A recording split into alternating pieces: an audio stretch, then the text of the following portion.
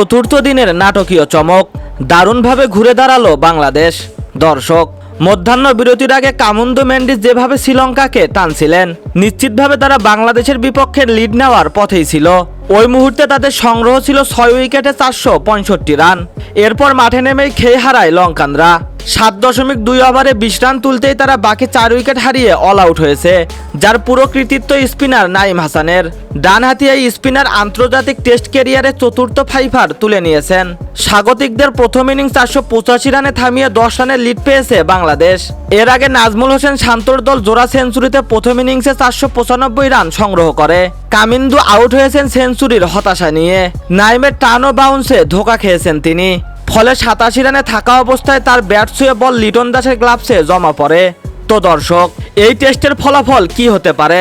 বাংলাদেশ জিতবে নাকি শ্রীলঙ্কা, নাকি ড্রয়ের দিকে এগিয়ে যাচ্ছে ম্যাচটি? কি মনে হয় আপনাদের কাছে? জানিয়ে দিন এই বিষয়ে আপনার গুরুত্বপূর্ণ মতামত ভিডিওর কমেন্ট বক্সে।